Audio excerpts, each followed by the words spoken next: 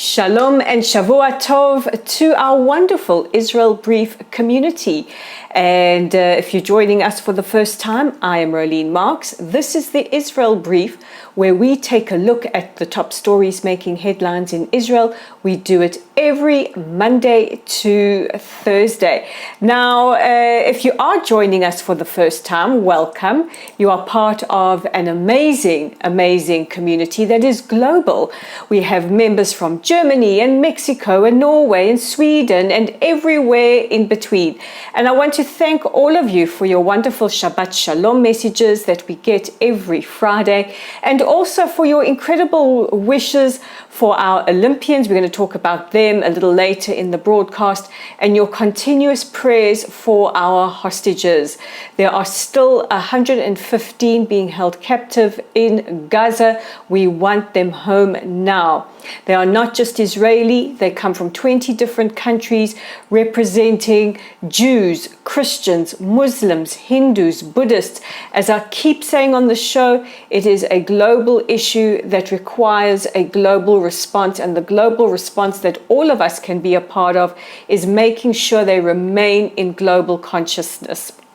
Today is day 311 since the 7th of October, which marked the start of our war with Hamas following their invasion into southern Israel, where over 1,200 people were murdered, burnt alive, mutilated, tortured and raped, and over 250 taken hostage into Gaza. So let's take a look at the top stories. And on Saturday morning, the IDF struck a UNRWA school inside the Gaza Strip.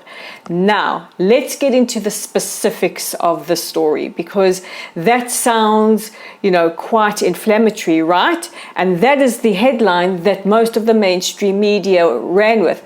However, let's look at the facts. So the school was not a school, it was a military stronghold. Now, under the rules of armed conflict, schools, hospitals, holy places like mosques cannot be used as military headquarters or military compounds. The minute you do, you change their protected status and turn them into a legitimate military target. Now, the IDF had received intelligence that there were many Hamas terrorists using this particular school, and this is not the first time an UNRWA school has been used as a military compound, and struck the school. Now, of course, the headlines around the world, everybody went hysterical, accusing Israel of killing civilians and striking a school that was being used as a shelter. Where did they get that information from? From Hamas. Hamas almost instantaneously said that 100 civilians had been killed. Now, according to the chair of urban warfare studies at West Point and expert in urban warfare, Major John Spence, and I urge you all to follow his work online, it is impossible in the fog of war to make an assessment of how many civilian casualties had been killed. However, on closer inspection, and after the IDF had assessed what had been done, they determined 19 Hamas operatives or terrorists had been killed, and earlier today released several more names, about 12 more names, bringing that total to 31. We don't have a death toll on civilian casualties, and according to the images that we have seen, we don't have a terrible amount of damage to the infrastructure. But this again is a lesson. You would think that now, almost 11 months on in this war, world leaders, the media, seeing the pattern that Hamas, who murder and rape and kidnap and also probably lie, they just run with whatever press release comes hot off the Hamas-controlled ministry presses without checking the facts. And of course, the ramifications of that are massive blowback to Israel and to Jewish communities around the world. So please, if you are in the media or a world leader, wait for the final facts. The IDF, being an army in a democratic country, has the apparatus to fully investigate, to fully look at the situation on the ground and assess the facts, and if there is any wrongdoing, take the necessary action in order that there are consequences. But once again, we've got world leaders, we've got media jumping the gun before the final facts are made public. Israel is at the moment still very tense as we anticipate a retaliatory strike from Iran. This is in response to the assassinations of Hamas leader Ismail Haniyeh and Hezbollah commander Fuad Shukri several weeks ago. Now, earlier today, the Lebanese Speaker of Parliament said that revenge is a dish best served cold, and Jordan, one of Israel's partners in peace, has said that they will open up their airspace to Israel just as they did in April this year. So we don't know exactly when or how or the scope of this attack, but according to intelligence sources, it is believed that this could happen imminently over the next few days, probably before Thursday. It was initially thought that Hezbollah could launch an attack. They already have been bombarding the north with rockets, as they have been since the 8th of October. But a new military assessment thinks that this will come from the Iranians directly. Now, of course, we don't know the scope of this, and this could result in massive casualties, and Israelis are preparing our safe rooms. To date, we've had no changes to our safety guidelines from our home front command. Now, the United States has bolstered their support for Israel.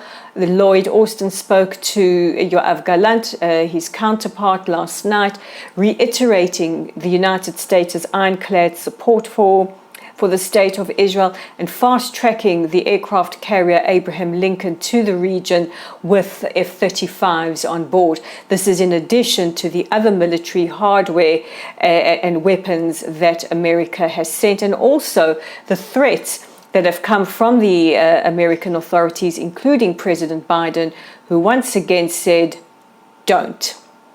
Meanwhile, earlier today, France, Germany, and the United Kingdom released a joint statement. I'm going to read from that for you. So it says here, we, the leaders of France, Germany, and the United Kingdom, welcome the tireless work of our partners in Qatar, Egypt, and the United States towards an agreement on a ceasefire and the release of hostages. We endorse the joint statement of His Highness Sheikh Tamim bin Hamad Al Thani, President Sisi, and President Biden, calling for the immediate resumption of negotiations. We agree that there can be no further delay. We have been working with all parties to prevent escalation and will spare no effort to reduce tension and find a path to stability. The fighting must end now, and all hostages still detained by Hamas must be released. The people of Gaza need urgent and unfettered delivery and distribution of aid. We are deeply concerned by the heightened tensions in the region and united in our commitment to de-escalation and regional stability. In this context, and in particular, we call on Iran and its allies to refrain from attacks that would further escalate regional tensions and jeopardize the opportunity to agree to a ceasefire and the release of hostages. They will bear responsibility for actions that jeopardize this opportunity for peace and stability. No country or nation stands to gain from a further escalation in the Middle East. Now, what is interesting is that CNN over the weekend announced that Yahya Sinwar, who is now the leader of Hamas and Israel's number one wanted man for being the mastermind behind the 7th of October, he announced through CNN that he's ready for a ceasefire. However, today we heard the complete opposite. We heard that no Hamas team will be sent to the negotiation table which are underway.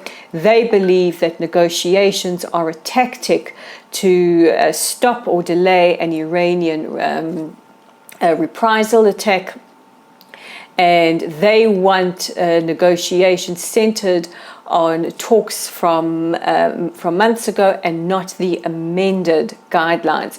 So for all of those out there on university campuses and on streets and signing petitions and calling for ceasefires, let the record show it is not Israel that is stalling, it is Hamas.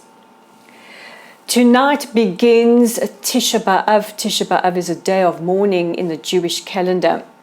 Now, while we are speaking about possible Iranian attacks, it is believed that the Iranians could strike tonight because it's very symbolic.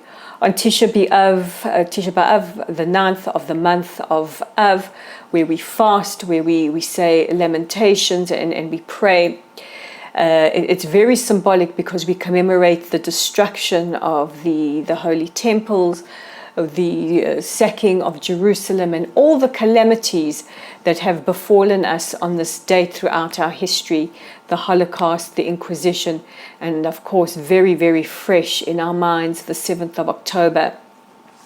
In fact, there have been kinot or lamentations written in the memory of those who were murdered and lament the atrocity that was the 7th of October.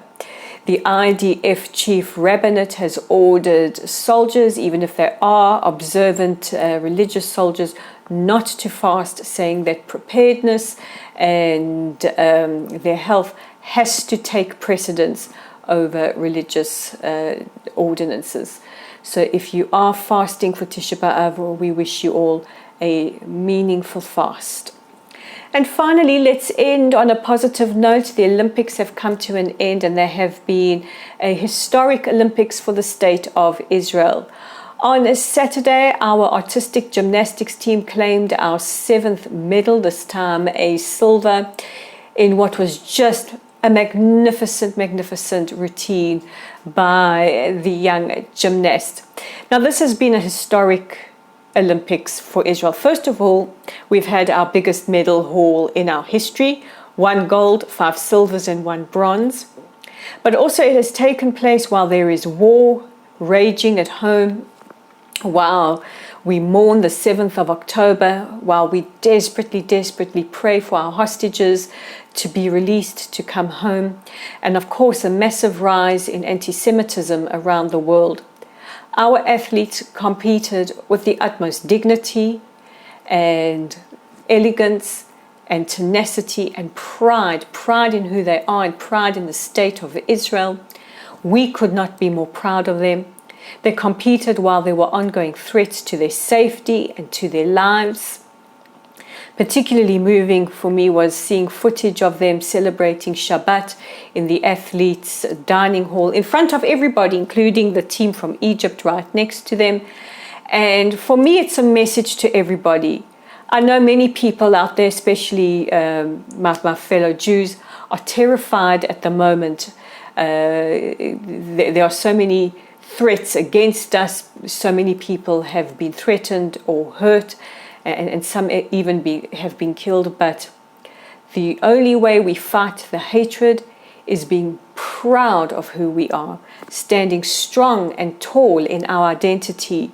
And whether it was Eden Golan at Eurovision, or it is our magnificent athletes who are now immortal in our eyes at the Olympics, let this be an example. And we now have the Paralympics to look forward to, and we will be behind Team Israel all the way. So this is it for the Israel Brief for today. Don't forget to check out our website at www.layoftheland.online, YouTube at the Israel Brief, Facebook at Lottel's site, X at Lay of the Land 5. Guys, God bless you all. Take care of yourselves, take care of each other, have a meaningful fast if you're fasting, and I will see you again tomorrow. Bye for now.